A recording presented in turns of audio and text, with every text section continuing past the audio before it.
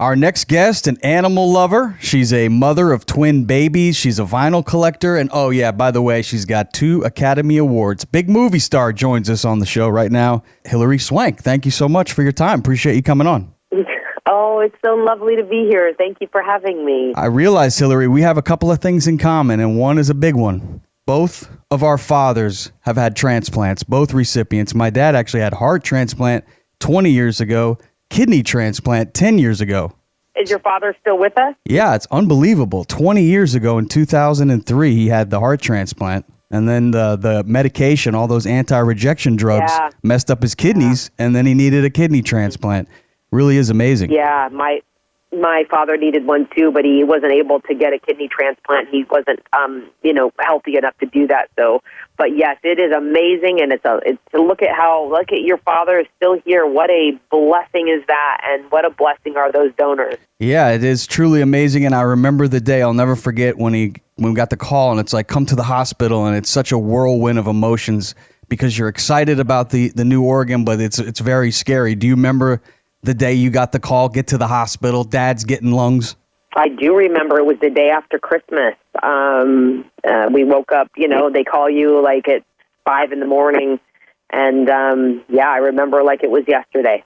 You got a big movie right now that's in theaters, Ordinary Angels, with our guest here, Hilary Swank. And you had to fight for, I know, everything that you've earned in Hollywood. And this movie, Ordinary Angels, is about a woman who's fighting for what's right. There's faith in this movie. It's going to make you laugh, cry, also transplants. So this was like a role made for you. Thank you for saying that. And I love how you put those pieces together. Yes, I fought very hard to be where I am in my career, and I'm so blessed that I have that ability to fight for something that I believe in so much, and to be a part of telling such rich stories like Sharon Stevens. I feel like I look back at the trajectory of the choices I've made, and there's so many real life people that I have been so blessed to play, and my life is so much richer for stepping in their shoes and seeing through their eyes. And Sharon is yet another shining example of that. She is this flawed, imperfect, larger than life, wears her heart on her sleeve human, and I just love her. And you play a lot of roles throughout your career based on real stories, real people. Is that more difficult for you as an actress to portray a real person or a nonfiction character? Because then you really don't have anything to base it off of. Which is harder for you? I think it's actually harder to play a real-life person because you feel such a responsibility to do justice to their story, where you don't have that if you're obviously having the freedom of a fiction character, and you can kind of go off here and go off there.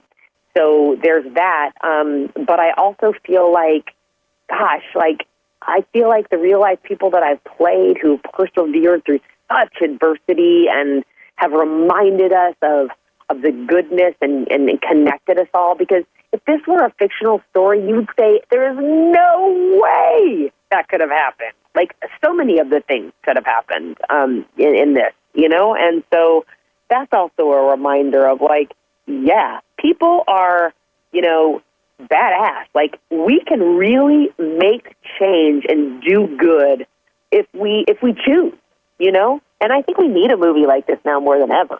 The new movie is in theaters now, presented by Lionsgate, and it's called Ordinary Angels. You can go see it this weekend in the theater. What was your process for mastering that accent and the mannerisms of Sharon? Because she's got that southern drawl, and you just pulled it off real nice.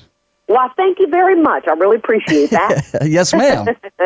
What's the process like? I mean, did you meet Sharon? Did you spend a lot of time working on her mannerisms? No, I didn't get to meet her because my father had unfortunately passed about 5 months before starting filming, and I had another project right before it, so I didn't get that opportunity, but I did work with a dialect coach, and I asked that dialect coach to to ask her certain questions so that I could get to know her better, and then I could listen to her intonations and the gradations of her accent and the flow and all of that. So I got to know her through those questions a little bit deeper, and I also had read her book.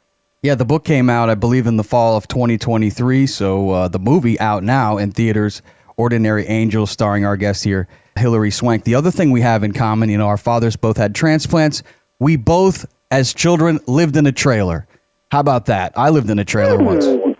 Oh, yeah? Where? In Gainesville, Florida, right next to the University of Florida. Yeah, I was in a trailer, but at the time I thought it was really cool. Like, we live in a house that we could just pick up and go whenever we want. Yeah, I never looked at it as a bad thing, but you said you got ostracized a little bit. Yeah, I mean, as a kid, the beauty of being a kid is that you have no idea what is, kids just see it right. They see it by how you feel. And unfortunately, what starts happening is people have feelings about certain things, and then that kind of takes over the thought process of our feelings. Does that make sense? Complete sense.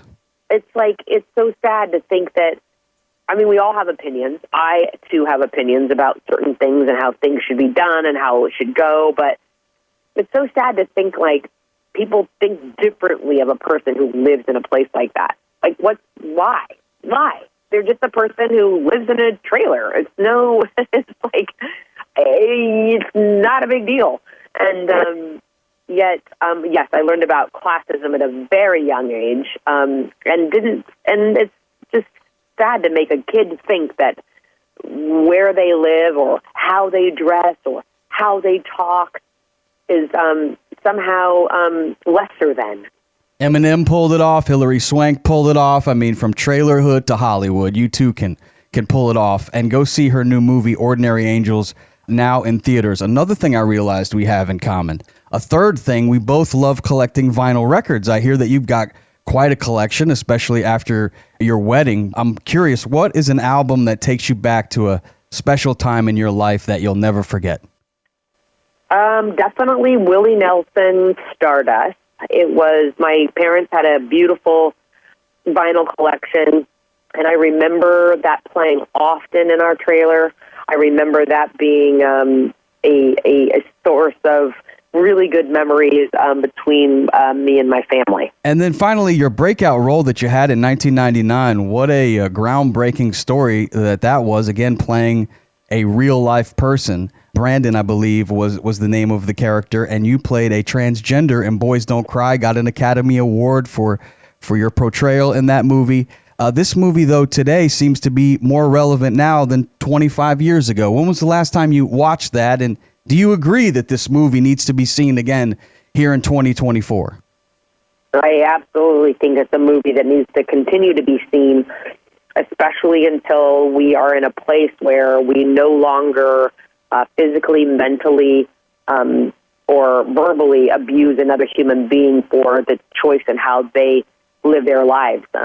So absolutely 100%. And it's nice to hear people still talking about it in a way that it was a foundation, a jumping off point to start the conversation. But it's sad that we're still talking about it for, the reasons to remind people of live and let live. Well, congratulations on the twins. Congratulations on the new movie, Ordinary Angels. Go see it. It's in theaters. You'll laugh. You'll cry. You'll learn something, and you will hopefully be inspired. So thanks so much, Hilary, for your time, and good luck with the family and all your success in the future. Thank you. Thank you so much. I appreciate it. Take care.